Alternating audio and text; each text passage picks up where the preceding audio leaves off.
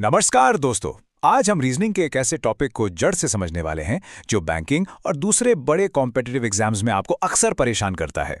जी हाँ, मैं बात कर रहा हूं इनपुट आउटपुट की।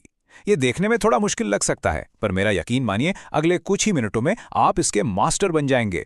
तो चलिए फटाफट देखते हैं कि आज हम क्या क्या सीखने वाले हैं। हम बिल्कुल बेसिक से शुरू करेंगे कि भाई ये इनपुट आउटपुट है क्या। फिर हम इसके पैटर्न को डिकोड करना सीखेंगे। इसके बाद मैं आपको वो 3 गोल्डन रूल्स बताऊंगा जो हर सवाल को आसान बना देंगे। हम एक सॉल्व्ड एग्जाम्पल देखेंगे, एक ज़बरदस्त टाइम सेविंग ट्रिक सीखेंगे और आखिर में कुछ फाइनल टिप्स के साथ आपके लिए एक छोटा सा चैलेंज भी होगा। तो तैयार हैं? चलिए शुरू करते हैं। ठीक है, तो सबसे पहले और सबसे ज़रूरी सवाल से शुरू करते हैं। ये इनपुट आउटपुट आखिर होता क्या है, इसकी जड़ को समझते हैं। इसे आप बहुत ही सिंपल तरीके से समझ सकते हैं। सोचिए, ये एक मशीन की तरह है। आप मशीन को कुछ कच्चा माल देते हैं, जैसे कुछ शब्द और नंबर। इसे हम कहते हैं इनपुट। अब मशीन क्या करती है? वो एक खुफिया नियम, एक हिडन रूल के हिसाब से उस डेटा को स्टेप बाय स्टेप बदलती जाती है, जब तक कि वो फाइनल प्रोडक्ट यानी आउटपुट ना बना दे। आपका काम बस इतना है कि उस खुफिया नियम को पकड़ लें। तो अब सवाल ये उठता है कि हम इस मशीन के दिमाग को पढ़ें कैसे, मतलब इसका लॉजिक कैसे पता करें। चलिए अब हम सीखते हैं कि मशीन के पैटर्न को डिकोड कैसे किया जाता है। देखिए, जब शब्दों की बात आती है तो लॉजिक ज्यादातर बहुत सीधा होता है। या तो मशीन सभी शब्दों को ए से जेड के क्रम में लगा रही होगी, मतलब अल्फाबेटिकल ऑर्डर में, या फिर वो उन्हें जेड से ए यानी उल्टे क्रम में लगा रही होगी। बस इन दो चीजों को चेक कर लिया तो आपका आधा काम तो वही खत्म हो जाता है। और बिल्कुल ऐसा ही होता है नंबर्स के साथ। यहां भी सिर्फ 2 ही मेन लॉजिक होते हैं। या तो नंबर्स को छोटे से बड़े यानी असेंडिंग ऑर्डर में अरेंज किया जाता है, या फिर बड़े से छोटे यानी डिसेंडिंग ऑर्डर में। तो हमेशा नंबर्स का क्रम जरूर चेक करना है। एक और बहुत जरूरी चीज है, वो है शिफ्टिंग। मतलब मशीन जो एलिमेंट्स अरेंज कर रही है उन्हें रख कहां रही है। अगर सारे एलिमेंट्स एक ही तरफ, मान लीजिए सिर्फ लेफ्ट में या सिर्फ राइट में आकर लग रहे हैं, तो उसे हम कहते हैं वन साइडेड शिफ्टिंग। और अगर एक एलिमेंट लेफ्ट में लग रहा है और दूसरा राइट में, मतलब एक साथ दोनों तरफ अरेंजमेंट हो रहा है, तो वो है टू साइडेड शिफ्टिंग। ये पहचानना बहुत बहुत जरूरी है। चलिए अब आते हैं इस पूरे टॉपिक के सबसे जरूरी हिस्से पर, द 3 गोल्डन रूल्स। ये आपकी वो मास्टर की है जिससे इनपुट आउटपुट का हर ताला खुल जाएगा। रूल नंबर 1, हमेशा सबसे पहले सवाल का लास्ट स्टेप देखो। इससे आपको ये पता चल जाएगा कि मशीन आखिर करना क्या चाहती है, उसका फाइनल गोल क्या है। रूल नंबर 2, फिर इनपुट और स्टेप 1 को कंपेयर करो।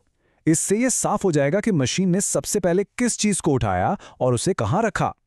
और रूल नंबर 3, ऑटोफिल का ध्यान रखो। कभी कभी कोई एलिमेंट पहले से ही अपनी सही जगह पर होता है, तो मशीन उसे स्किप करके अगले एलिमेंट पर चली जाती है। बस इन 3 स्टेप्स को फॉलो करो और लॉजिक आपके सामने होगा। थ्योरी तो बहुत हो गई है ना। चलिए अब इन रूल्स को एक असली एग्जाम लेवल के उदाहरण पर लगाकर देखते हैं कि ये असल में काम कैसे करते हैं। तो ये रहा हमारा इनपुट, गोल 45, 12, टीम 39। याद है हमारा पहला रूल, हमें आखिरी स्टेप देखना है। पर चलिए हम इसे स्टेप बाय स्टेप समझते हैं। सबसे पहले स्टेप 1 पर नजर डालते हैं। ये है स्टेप 1। ध्यान से देखिए क्या बदला।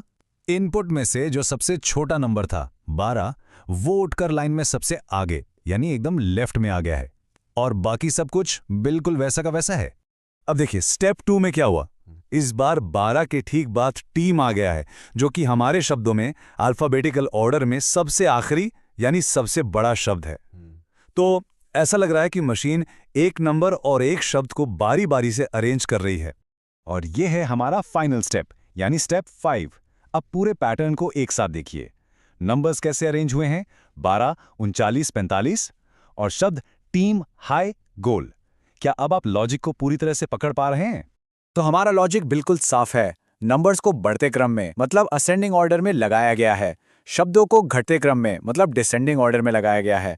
और सारे के सारे एलिमेंट्स को बाईं तरफ यानी लेफ्ट साइड में शिफ्ट किया जा रहा है। देखा आपने, उन 3 रूल से ये कितना आसान हो गया। ठीक है, तो रूल से सॉल्व करना तो हमें आ गया, पर क्या आप एग्जाम में और भी तेज होना चाहते हैं? बिल्कुल। तो अब मैं आपको एक ऐसी जबरदस्त ट्रिक बताता हूं जिससे आप बिना एक भी स्टेप लिखे सीधे आंसर निकाल सकते हैं। तो क्या आप वाकई में इस तरह के सवाल को सिर्फ 30 सेकंड में सॉल्व करना चाहते हैं? हाँ, ये बिल्कुल मुमकिन है। चलिए देखते हैं कैसे। चलिए अब इस नए इनपुट पर अपनी प्रो लेवल ट्रिक लगाते हैं। हमारा नया इनपुट है काइट 82, 15, येलो 29, एप्पल। और लॉजिक हम वही इस्तेमाल करेंगे जो हमने पिछले एग्जाम्पल में सीखा था। नंबर्स असेंडिंग, वर्ड्स डिसेंडिंग और सब कुछ लेफ्ट साइड पर। अब ध्यान से देखिएगा, इस ट्रिक का नाम है नंबरिंग। हमारा पहला टारगेट क्या था? सबसे छोटा नंबर। तो इनपुट में 15 को हम मार्क करेंगे L1, मतलब लेफ्ट साइड का स्टेप 1। दूसरा टारगेट क्या था? सबसे बड़ा वर्ड, तो येलो हो गया L2। तीसरा टारगेट अगला छोटा नंबर यानी 29, ये बन गया L3। चौथा अगला बड़ा वर्ड यानी काइट, ये हो गया L4। और इसी तरह 82 बन गया L5 और एप्पल बन गया L6। इस नंबरिंग से आप कोई भी स्टेप, कोई भी एलिमेंट की पोजीशन सीधे सीधे बता सकते हैं। चलिए, अब हम बिल्कुल आखिरी हिस्से पर आ गए हैं। यहाँ हम कुछ बहुत ज़रूरी टिप्स डिस्कस करेंगे जो एग्जाम में आपके बहुत काम आने वाली हैं। ये एक गोल्डन रूल है, इसे हमेशा याद रखिएगा। अगर आपको एग्जाम में कोई बीच का स्टेप दिया हो, जैसे स्टेप 3, और आपसे पूछा जाए कि इनपुट क्या था, तो उसका जवाब हमेशा होगा कि नॉट बी डिटर्मिन्ड, यानी ज्ञात नहीं किया जा सकता। ऐसा क्यों? क्योंकि हम मशीन में आगे तो जा सकते हैं, इनपुट से आउटपुट की तरफ, पर हम कभी भी उल्टा नहीं आ सकते। ये एक वन वे प्रोसेस। तो अब आपकी बारी है। ये रहा आपके लिए एक चैलेंज। इनपुट है ऑरेंज 20, 85, बनाना 60, एप्पल। और लॉजिक थोड़ा अलग है। शब्द ए से जेड के क्रम में बाईं तरफ जाएंगे और नंबर्स घटते क्रम में दाईं तरफ। आपको बस ये बताना है कि स्टेप 2 क्या होगा। इस वीडियो को यहीं पॉज कीजिए, आराम से सॉल्व कीजिए और अपना जवाब नीचे कमेंट्स में जरूर बताइए। उम्मीद है कि इनपुट आउटपुट का ये कॉन्सेप्ट अब आपके लिए बिल्कुल क्लियर हो गया होगा। अगर आप ऐसी ही और भी मजेदार रीजनिंग ट्रिक्स और एग्जाम स्ट्रैटेजीज सीखना चाहते हैं तो हमारे चैनल को सब्सक्राइब करना बिल्कुल ना भूलें। आज हमारे साथ जुड़ने के लिए आपका बहुत बहुत धन्यवाद।